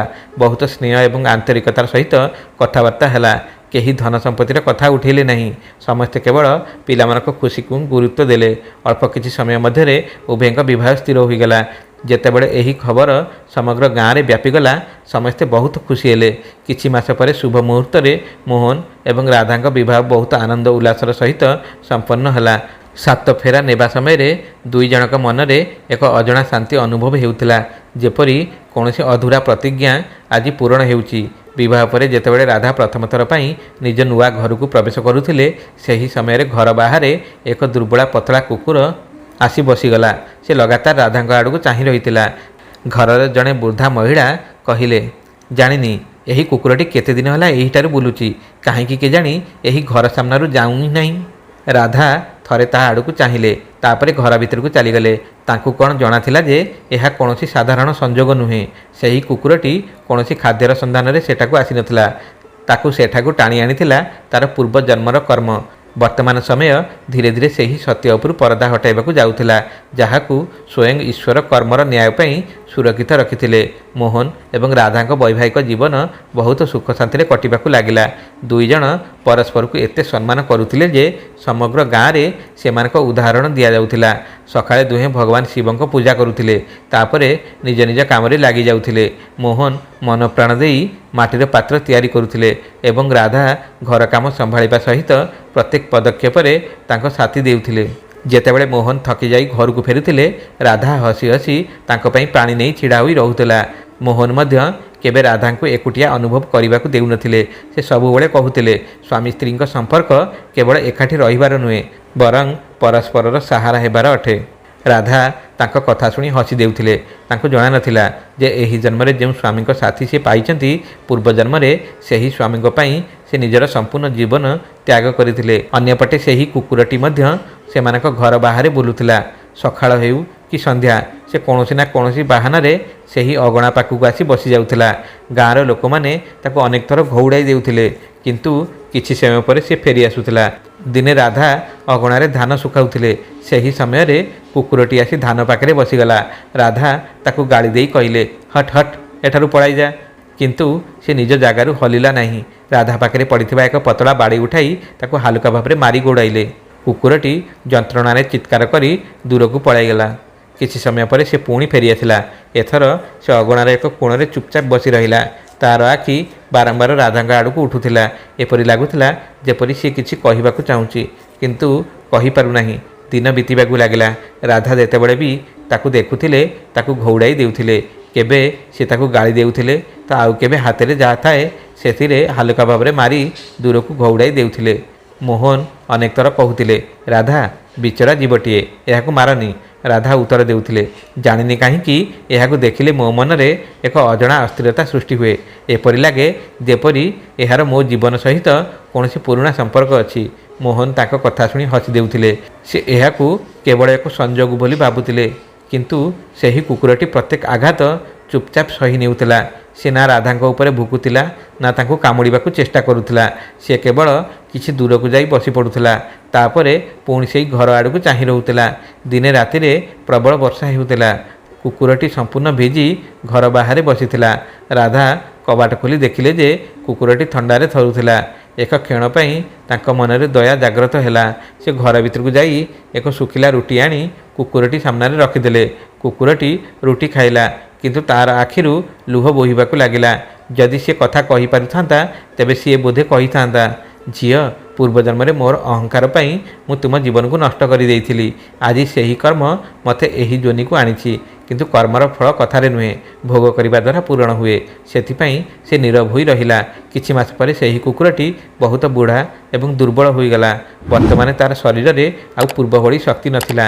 ଦିନେ ସକାଳେ ସେ କୌଣସି ପ୍ରକାରେ ଚାଲି ଚାଲି ପୁଣି ସେହି ଘର ଦୁଆର ପର୍ଯ୍ୟନ୍ତ ପହଞ୍ଚିଲା। ସେହି ସମୟରେ ରାଧା ଅଗଣା ସଫା କରୁଥିଲେ। ସେ କୁକୁରଟିକୁ ଦେଖି ପୁଣି ଗାଳି ଦେଇ କହିଲେ, ତୁ ପୁଣି ଆସିଗଲୁ। ସେ ଝାଡ଼ୁରେ ତାକୁ ଘଉଡ଼ାଇବାକୁ ଚେଷ୍ଟା କଲେ। କୁକୁରଟି ଧୀରେ ଧୀରେ ପଛକୁ ହଟିଗଲା। କିଛି ଦୂରକୁ ଯାଇ ସେ ଶେଷ ଥର ପାଇଁ ରାଧା ଏବଂ ମୋହନଙ୍କ ଆଡ଼କୁ ଚାହିଁଲା। ତାର ଆଖିରେ ନା ରୋଷ ଥିଲା ନା କୌଣସି ଅଭିଯୋଗ, ଯେପରି ସେ ନିଜ କର୍ମର ସମ୍ପୂର୍ଣ୍ଣ ଫଳକୁ ସ୍ୱୀକାର କରିସାରିଥିଲା। ତାପରେ ସେ ସେହିଠାରେ ଭୂମି ଉପରେ ଶୋଇପଡ଼ିଲା। କିଛି କ୍ଷଣ ପରେ ତାର ପ୍ରାଣବାୟୁ ବାହାରିଗଲା। ସେହି ସମୟରେ ଗାଁ ଦେଇ ଯାଉଥିବା ଜଣେ ବୃଦ୍ଧ ସନ୍ନ୍ୟାସୀଙ୍କ ନଜର ସେହି ମୃତ କୁକୁର ଉପରେ ପଡ଼ିଲା। ସେ ନିଜ ଆଖି ବନ୍ଦ କରି କିଛି ସମୟ ଧ୍ୟାନ କଲେ। ତାପରେ ଧୀର ସ୍ୱରରେ କହିଲେ, କର୍ମର ନ୍ୟାୟ କେତେ ଅଦ୍ଭୁତ। ଯିଏ ପୂର୍ବଜନ୍ମରେ ଦୁଇଟି ପ୍ରେମ କରୁଥିବା ଆତ୍ମାକୁ ଅଲଗା କରିଥିଲା, ଆଜି ସେହି ସେମାନଙ୍କ ଘର ବାହାରେ ଅପମାନ ସହି ନିଜ କର୍ମର ଋଣ ସୁଝିଛି। ରାଧା ଏବଂ ମୋହନ ଏହି କଥା ଶୁଣିଲେ, କିନ୍ତୁ ତାହାର ଅର୍ଥ ସମ୍ପୂର୍ଣ୍ଣ ଭାବେ ବୁଝିପାରିଲେ ନାହିଁ। ସେମାନେ କେବଳ ସେହି ସନ୍ନ୍ୟାସୀଙ୍କ ଆଡ଼କୁ ଚାହିଁ ରହିଲେ। ସନ୍ନ୍ୟାସୀ ସେଠାରୁ ଚାଲିଗଲେ। ତାଙ୍କ ଚାଲିଯିବା ପରେ ମଧ୍ୟ ତାଙ୍କ କଥା ରାଧାଙ୍କ ମନରେ ବାରମ୍ବାର ଗୁଞ୍ଜରିତ ହେବାକୁ ଲାଗିଲା। ତାଙ୍କୁ ଲାଗିଲା ଯେ ତାଙ୍କ ଜୀବନରେ ଯାହା କିଛି ଘଟିଛି ତାହା ପଛରେ ନିଶ୍ଚୟ କୌଣସି ବହୁତ ବଡ଼ ରହସ୍ୟ ଲୁଚି ରହିଛି। ସେହି ରହସ୍ୟ ଉପରୁ ପରଦା ବହୁତ ଶୀଘ୍ର ଉଠିବାକୁ ଯାଉଛି।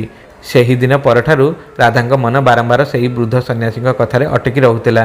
ସେ ଭାବୁଥିଲେ, ସେ ଏପରି କାହିଁକି କହିଲେ ଯେ ପୂର୍ବଜନ୍ମରେ କେହି ଦୁଇଟି ପ୍ରେମ କରୁଥିବା ଆତ୍ମାକୁ ଅଲଗା କରିଥିଲା? ଏହା କେବଳ ଏକ ସଂଯୋଗ ଥିଲା ନା ସତରେ ଆମ ଜୀବନ ସହିତ ଏହାର କୌଣସି ସମ୍ପର୍କ ଅଛି? ଏହିପରି ଅନେକ ଦିନ ପର୍ଯ୍ୟନ୍ତ ଏହି ଚିନ୍ତା ତାଙ୍କ ମନରେ ଚାଲିଥିଲା। ଦିନେ ରାତିରେ ରାଧା ଏବଂ ମୋହନ ଭଗବାନ ଶିବଙ୍କୁ ସ୍ମରଣ କରି ଶୋଇପଡ଼ିଲେ। ରାତିର ଶେଷ ପ୍ରହରରେ ଦୁହେଁ ଏକା ସାଙ୍ଗରେ ଏକ ଅଦ୍ଭୁତ ସ୍ୱପ୍ନ ଦେଖିଲେ। ସ୍ୱପ୍ନରେ ସେମାନେ ଦେଖିଲେ ଯେ ସେମାନଙ୍କ ସାମ୍ନାରେ ଏକ ଦିବ୍ୟ ଆଲୋକ ପ୍ରକଟ ହେଲା। ସେହି ଦିବ୍ୟ ଆଲୋକ ମଧ୍ୟରେ ସେମାନଙ୍କ ପୂର୍ବ ଜନ୍ମର ଦୃଶ୍ୟ ଗୋଟିଏ ପରେ ଗୋଟିଏ ଦେଖାଯିବାକୁ ଲାଗିଲା। ସେମାନେ ଦେଖିଲେ ଏକ ସମୃଦ୍ଧ ନଗର, ଏକ ବିଶାଳ ବଙ୍ଗଳା, ଧନୀ ସାହୁକାର ଶ୍ୟାମଦତ୍ତ, ତାଙ୍କ କନ୍ୟା ଗୌରୀ, ଜଣେ ସରଳ ଏବଂ ସଚ୍ଚୋଟ କୁମ୍ଭାର ମାଧବ, ଉଭୟଙ୍କ ନିର୍ମଳ ପ୍ରେମ। ତାପରେ ଶ୍ୟାମଦତ୍ତଙ୍କ ଅହଙ୍କାର, ମିଛ ଷଡ଼ଯନ୍ତ୍ର, ମାଧବଙ୍କ ହତ୍ୟା, ଗୌରୀଙ୍କ ସନ୍ନ୍ୟାସ ଏବଂ ଶେଷରେ ଭଗବାନଙ୍କ ପାଖରେ ସେମାନଙ୍କର ସେହି ପ୍ରାର୍ଥନା ଯେ ଆଗାମୀ ଜନ୍ମରେ ସେମାନେ ନିଶ୍ଚିତ ଭାବରେ ସ୍ୱାମୀ ସ୍ତ୍ରୀ ହୋଇ ମିଳନ କରନ୍ତୁ। ସ୍ୱପ୍ନ ଶେଷ ହେବା ମାତ୍ରେ ଦୁଇ ଜଣଙ୍କ ଆଖି ଖୋଲିଗଲା। ରାଧା ଭୟଭୀତ ହୋଇ ମୋହନଙ୍କ ଆଡ଼କୁ ଚାହିଁଲେ। ମୋହନ ମଧ୍ୟ ତାଙ୍କ ଆଡ଼କୁ ଚାହିଁ ରହିଥିଲେ। ଉଭୟଙ୍କ ମୁହଁରେ ଆଶ୍ଚର୍ଯ୍ୟ ସ୍ପଷ୍ଟ ଭାବରେ ଦେଖାଯାଉଥିଲା। ରାଧା ଥରଥର କଣ୍ଠରେ ପଚାରିଥିଲେ, ତୁମେ ମଧ୍ୟ କ'ଣ ସେହି ସବୁ ଦେଖିଲ ଯାହା ମୁଁ ଦେଖିଲି? ମୋହନ ଧୀରେ ମୁଣ୍ଡ ହଲାଇ କହିଲେ, ହଁ, ବର୍ତ୍ତମାନ ମୋର ସବୁ କିଛି ମନେ ପଡ଼ିଗଲା। ପୂର୍ବ ଜନ୍ମରେ ମୁଁ ମାଧବ ଥିଲି ଏବଂ ତୁମେ ଗୌରୀ ଥିଲ। ରାଧାଙ୍କ ଆଖିରୁ ଲୁହ ଝରିବାକୁ ଲାଗିଲା। ସେ ଭଗବାନ ଶିବଙ୍କ ମୂର୍ତ୍ତି ସାମ୍ନାରେ ହାତ ଯୋଡ଼ି କହିଲେ, ହେ ପ୍ରଭୁ, ଆପଣ ଆମ ପ୍ରାର୍ଥନା ଶୁଣିଥିଲେ। ଏହି ଜନ୍ମରେ ଆମକୁ ପୁଣି ଥରେ ଏକାଠି କରିଦେଲେ। ମୋହନ କହିଲେ, ବର୍ତ୍ତମାନ ମୁଁ ଏହା ମଧ୍ୟ ବୁଝିପାରୁଛି ଯେ ଯେତେବେଳେ ମୁଁ ତୁମକୁ ପ୍ରଥମ ଥର ଦେଖିଥିଲି ସେତେବେଳେ ମୋ ମନରେ ଏତେ ଆପଣାପଣର ଭାବ କାହିଁକି ଜାଗ୍ରତ ହୋଇଥିଲା। ସେହି ସମ୍ପର୍କ ଏହି ଜନ୍ମର ନୁହେଁ, ବରଂ ଅନେକ ଜନ୍ମର ଥିଲା। ଦୁହେଁ କିଛି ସମୟ ପର୍ଯ୍ୟନ୍ତ ନୀରବ ହୋଇ ବସି ରହିଲେ। ତାପରେ ହଠାତ୍ ରାଧାଙ୍କର ସେହି କୁକୁର କଥା ମନେ ପଡ଼ିଗଲା, ଯିଏ ପ୍ରତିଦିନ ସେମାନଙ୍କ ଘର ବାହାରେ ଆସି ବସୁଥିଲା। ତାଙ୍କ ଆଖିରୁ ଲୁହ ଝରିବାକୁ ଲାଗିଲା। ସେ କହିଲେ, ତାହେଲେ କ'ଣ ସେହି କୁକୁରଟି? ମୋହନ ଗମ୍ଭୀର ସ୍ୱରରେ କହିଲେ, ହଁ, ସେହି ଶ୍ୟାମଦତ୍ତ ଥିଲା, ଯିଏ ନିଜର ଅହଙ୍କାରରେ ଦୁଇଟି ପ୍ରେମ କରୁଥିବା ଆତ୍ମାକୁ ଅଲଗା କରିଦେଇଥିଲା। ସେ ନିଜର କର୍ମର ଫଳ ଭୋଗ କରିଛି। ରାଧା କାନ୍ଦି ପକାଇଲେ। ସେ କହିଲେ, ମୁଁ ତାକୁ ପ୍ରତିଦିନ ଗାଳି ଦେଉଥିଲି, ଅନେକ ଥର ମାରି ଘଉଡ଼ାଇ ମଧ୍ୟ ଦେଉଥିଲି। ମୋତେ ତ କିଛି ବି ଜଣାନଥିଲା। ମୋହନ ତାଙ୍କ ଲୁହ ପୋଛି ଦେଇ କହିଲେ, ତୁମର କୌଣସି ଦୋଷ ନାହିଁ। କର୍ମର ନ୍ୟାୟ ମଣିଷ କରେ ନାହିଁ, ସ୍ୱୟଂ ଈଶ୍ୱର କରନ୍ତି। ଆମେ ତ କେବଳ ସେହି ନ୍ୟାୟର ମାଧ୍ୟମ ମାତ୍ର ହୋଇଥାଉ। ସେହିଦିନ ଦୁଇ ଜଣ ଭଗବାନ ଶିବଙ୍କ ମନ୍ଦିରକୁ ଯାଇ ଦୀପ ଜାଳିଲେ। ସେମାନେ ପ୍ରତିଜ୍ଞା କଲେ ଯେ ସାରା ଜୀବନ କେବେ ବି କାହାର ପ୍ରେମ, ବିଶ୍ୱାସ ଏବଂ ସମ୍ପର୍କ ମଧ୍ୟରେ କାନ୍ଥ ହୋଇ ଛିଡ଼ା ହେବେ ନାହିଁ। ସେମାନେ ପ୍ରତ୍ୟେକ ସେହି ମଣିଷକୁ ସାହାଯ୍ୟ କରିବେ ଯିଏ ସତ୍ୟ ମନରେ ନିଜ ଜୀବନ ବଞ୍ଚିବାକୁ ଚାହୁଁଛି। ସମୟ ବିତିବାକୁ ଲାଗିଲା। ମୋହନ ଏବଂ ରାଧା ନିଜର ସମ୍ପୂର୍ଣ୍ଣ ଜୀବନ ପ୍ରେମ, ବିଶ୍ୱାସ ଏବଂ ଧର୍ମର ମାର୍ଗରେ ଅତିବାହିତ କଲେ। ସେମାନେ ନିଜ ସନ୍ତାନମାନଙ୍କୁ ମଧ୍ୟ ଏହି ଶିକ୍ଷା ଦେଲେ ଯେ କୌଣସି ମଣିଷର ପରିଚୟ ତାଙ୍କର ଧନ ସମ୍ପତ୍ତିରେ ନୁହେଁ, ବରଂ ତାଙ୍କର ଚରିତ୍ର ଏବଂ ସଂସ୍କାରରେ ହୋଇଥାଏ। ଯେତେବେଳେ ସେମାନଙ୍କ ଜୀବନର ସମୟ ପୂର୍ଣ୍ଣ ହେଲା ସେତେବେଳେ ଦୁଇ ଜଣ ଶାନ୍ତ ମନରେ ଭଗବାନଙ୍କୁ ସ୍ମରଣ କରି ଏହି ସଂସାରରୁ ବିଦାୟ ନେଲେ। କୁହାଯାଏ ଯେ ଯେଉଁ ଆତ୍ମାମାନଙ୍କର ପ୍ରେମ ସ୍ୱାର୍ଥରେ ନୁହେଁ ବରଂ ସତ୍ୟ ଆଉ ସମର୍ପଣରେ ବାନ୍ଧି ହୋଇଥାଏ, ସେମାନଙ୍କର ବନ୍ଧନ କେବଳ ଗୋଟିଏ ଜନ୍ମ ପର୍ଯ୍ୟନ୍ତ ସୀମିତ ରହେ ନାହିଁ। ଉପଯୁକ୍ତ ସମୟ ଆସିଲେ ଈଶ୍ୱର ସେମାନଙ୍କୁ ପୁଣି ଥରେ ମିଳାଇ ଦିଅନ୍ତି। ଏତିକି କହି ଭଗବାନ ଶିବ ସେହି ବିଧବାଙ୍କ ଆତ୍ମା ଆଡ଼କୁ ଚାହିଁ ଶାନ୍ତ ସ୍ୱରରେ କହିଲେ, ଦେବୀ, ବର୍ତ୍ତମାନ ନିଶ୍ଚୟ ତୁମ ପ୍ରଶ୍ନର ଉତ୍ତର ପାଇସାରିଛ। ବିଧବା ହାତ ଯୋଡ଼ି କହିଲେ, ହଁ ପ୍ରଭୁ, ବର୍ତ୍ତମାନ ମୁଁ ବୁଝିଗଲି ଯେ ଜଣେ ସ୍ତ୍ରୀଙ୍କ ଜୀବନରେ ସ୍ୱାମୀ ହୋଇ କୌଣସି ସାଧାରଣ ମଣିଷ ଆସନ୍ତି ନାହିଁ। ସେ ସେହି ଆତ୍ମା ହୋଇଥାନ୍ତି ଯାହାଙ୍କ ସହିତ ତାଙ୍କ ପୂର୍ବ ଜନ୍ମର କର୍ମ, ପ୍ରେମ, ଅଧୁରା ପ୍ରତିଜ୍ଞା କିମ୍ବା ଋଣ ଜଡ଼ିତ ଥାଏ। ଭଗବାନ ଶିବ ହସି କହିଲେ, ଏହା ହିଁ ସୃଷ୍ଟିର ସନାତନ ନିୟମ। ସ୍ୱାମୀ ସ୍ତ୍ରୀଙ୍କ ମିଳନ କେବଳ ଏହି ଜନ୍ମର ନିଷ୍ପତ୍ତି ନୁହେଁ, ଏହା ଅନେକ ଜନ୍ମର କର୍ମର ପରିଣାମ ଅଟେ। ସେଥିପାଇଁ ପ୍ରତ୍ୟେକ ସମ୍ପର୍କକୁ ସମ୍ମାନ କରିବା ଉଚିତ, କାରଣ କୌଣସି ସମ୍ପର୍କ କେବେ ବି ସଂଯୋଗବଶତଃ ସୃଷ୍ଟି ହୁଏ ନାହିଁ। ଭଗବାନ ଶିବଙ୍କ ଚରଣରେ ପ୍ରଣାମ କରି ସେହି ବିଧବାଙ୍କ ଆତ୍ମା ସନ୍ତୁଷ୍ଟ ମନରେ ସେଠାରୁ ବିଦାୟ ନେଲା। ଏହି କଥା ଆମକୁ ଏହି ଶିକ୍ଷା ଦିଏ ଯେ ଜୀବନରେ ମିଳୁଥିବା ପ୍ରତ୍ୟେକ ସମ୍ପର୍କ ଈଶ୍ୱରଙ୍କ ଯୋଜନା ଏବଂ ଆମର କର୍ମର ଫଳ ଅଟେ। ସେଥିପାଇଁ ପ୍ରତ୍ୟେକ ସମ୍ପର୍କକୁ ପ୍ରେମ, ବିଶ୍ୱାସ, ତ୍ୟାଗ ଏବଂ ଧର୍ମ ସହିତ ନିଭାଇବା ହିଁ ମନୁଷ୍ୟର ସବୁଠାରୁ ବଡ଼ କର୍ତ୍ତବ୍ୟ ଅଟେ। বন্ধুগণ, আশা করছু আপনার এই কাহিনীটি নিশ্চয় পছন্দ আসিথিব। কাহিনীটি পছন্দ আসিলে আমার এই চ্যানেলকে লাইক এবং শেয়ার করে দিয়ন্তু। হ্যাঁ, যদি আমার এই চ্যানেলকে নূয়া করে আসিথিতি চ্যানেলটিকে সবস্ক্রাইব করিবা সঙ্গে সঙ্গে বেল আইকনকে দবাই অল বটনটিকে টিপি দিয়ন্তু। যেতেবেলে বি এইভଳି ভিডিও আমার চ্যানেলে আসিব সর্বপ্রথমে আপনার পাখক নোটিফিকেশন যাব। পুଣି দেখা ହେବ আগামী ভিডিওরে ଆଉ ଏକ ନୂଆ କାହାଣୀକୁ ନେଇ। ସେତେବେଳେ ପର୍ଯ୍ୟନ୍ତ ରହୁଛୁ। ଜୟ ଜଗନ୍ନାଥ।